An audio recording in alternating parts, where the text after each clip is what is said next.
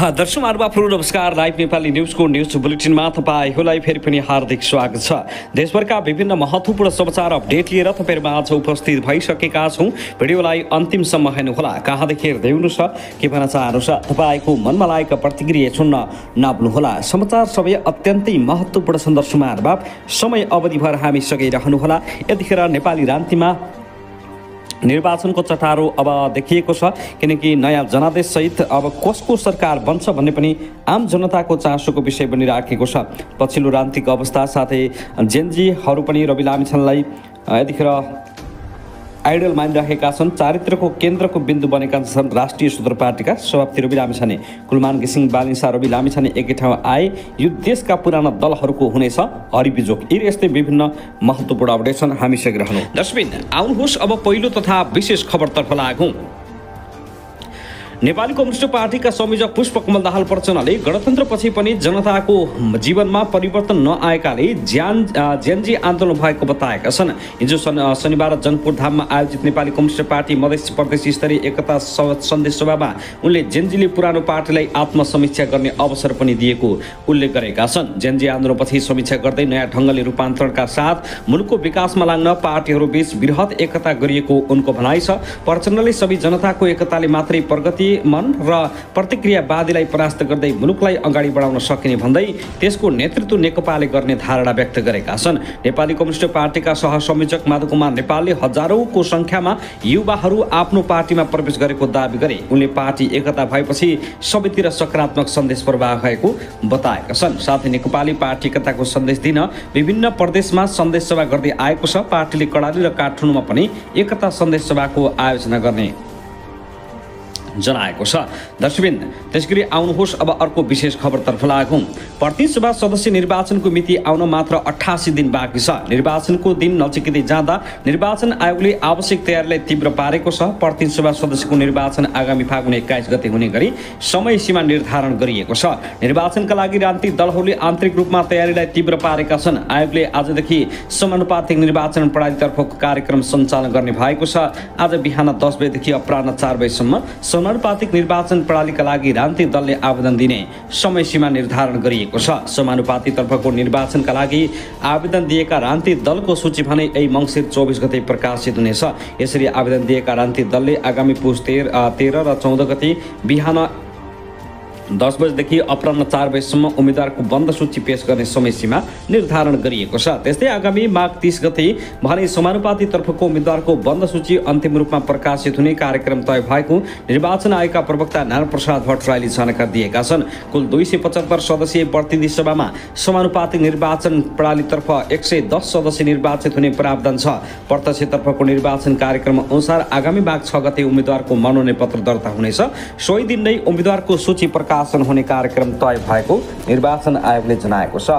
उम्मेद्वारमाथि आगामी माघ 7 गते विरोधमा उजुरी दिने अवधि तोकिएको छ। आगामी माघ 8 गते उम्मेद्वारको नामावली प्रकाशन हुनेछ भने त्यस्तै माघ 9 गते उम्मेद्वारले आफ्नो नाम फिर्ता लिन सक्नेछन्। सोही दिन नै उम्मेद्वारको अन्तिम नामावली प्रकाशन हुने र उम्मेद्वारलाई निर्वाचन चिन्ह प्रदान गरिने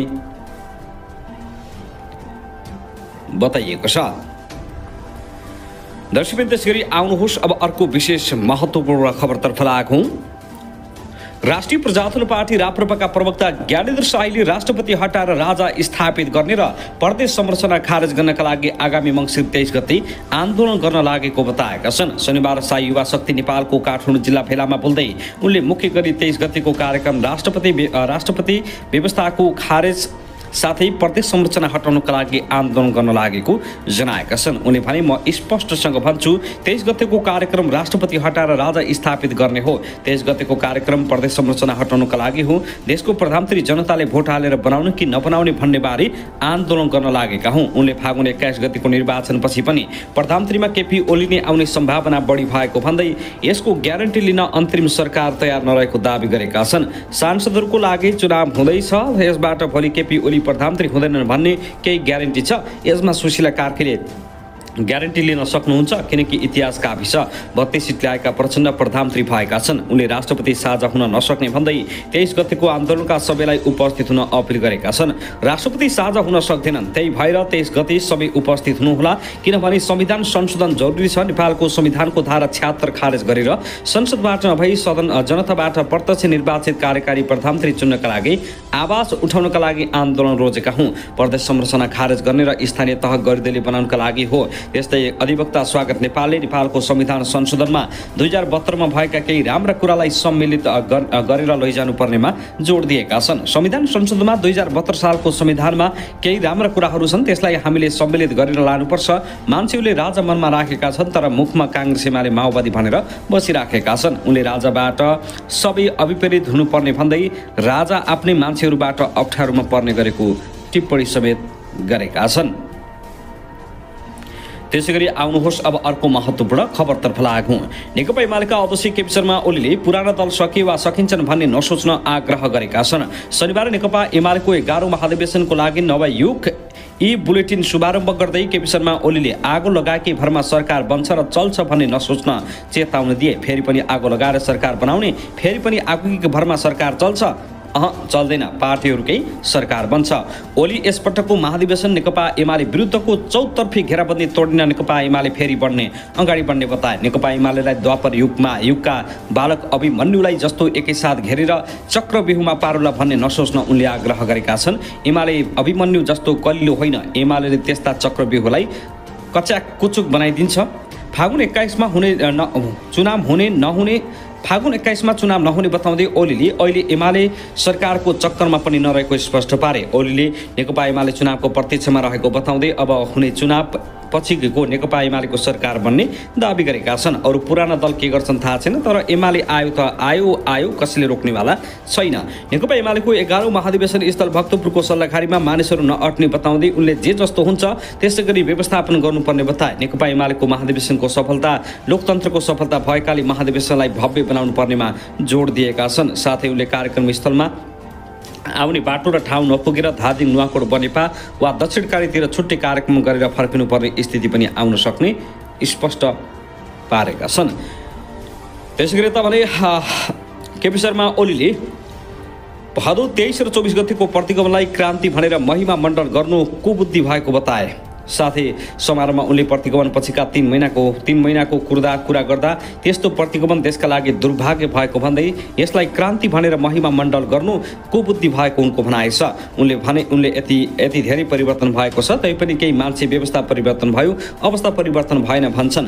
बितेको 3 महिनामा चाहिँ परिवर्तन भयो कि 3 महिनामा परिवर्तन भयो भनेर बौद्धिक व्यक्तिहरूले विश्लेषण र तर्क सुन्दा दया लाग्छ। जे होस्, प्रतिगमन पछिका 3 महिनाको कुरा गर्दा त्यो प्रतिगमन देशका लागि दुर्भाग्य थियो, यसलाई क्रान्ति भनेर महिमा मण्डल गर्नु बुद्धिहीनता हो। आगजनी, तोडफोड र लुटपाट क्रान्ति हुन सक्दैन। त्यस्तै उनले वर्तमान सरकार अनधिकृत सरकार भएको भन्दै यस्तो सरकारको सिफारिसमा प्रतिनिधि सभा भङ्ग हुनु अझैसम्मको लोकतन्त्रको उपवास भएको बताएका छन्। सरकार त्यसलाई चलाउने अधिकार छ जसलाई जनताबाट विश्वास गरिएको हुन्छ, निर्वाचनबाट निर्वाचित हुन्छ, त्यसपछि मात्रै शासन गर्ने अधिकार हुन्छ। गोर्खामा राजाको पालामा दौडेर त राजा हुन्थे, तर यहाँ त दौडिन पनि नपरिकन एकैचोटि गएर कुर्ची झ्याप्प समातेर थ्याच्च बस्या छ र आफूलाई शासक घोषणा गरेको छ। यस्तो अनधिकृत सरकारको सिफारिसमा प्रतिनिधि सभा भङ्ग हुनु हदैसम्मको लोकतन्त्रको उपहास हो। अब देशको प्रतिष्ठा फेरि माथि उठाउनु पर्नेछ, देश बदनाम हुने गरी देशको मान माथि उठाउने गरी काम गर्नुपर्ने भन्दै संविधानलाई बाटोमा ल्याउने र जनताबाट निर्वाचित हुने सरकार बनाउनेतर्फ अगाडि बढ्ने पनि उनले बताएका छन्। आफू पुरानो हुने तर आफूभन्दा 3.5 महिना कान्छी चुनाव नलडी प्रधानमन्त्री हुने भन्दै यो कुनै जेन्जी र परिवर्तनको सरकार नभएको उनले तर्क गरेका छन्। यो सरकारले कुनै पनि हालतमा निर्वाचन सम्पन्न गराउन नसक्ने बताएका छन्। हत्यादारहरू बाहिर छन्, साथै कैदीबन्दीहरू बाहिर छन्, जसले गर्दा यो सरकार असंवैधानिक र अवैधानिक हो। यसकारणले पनि निर्वाचन गराउन नसक्ने उनको भनाइ छ।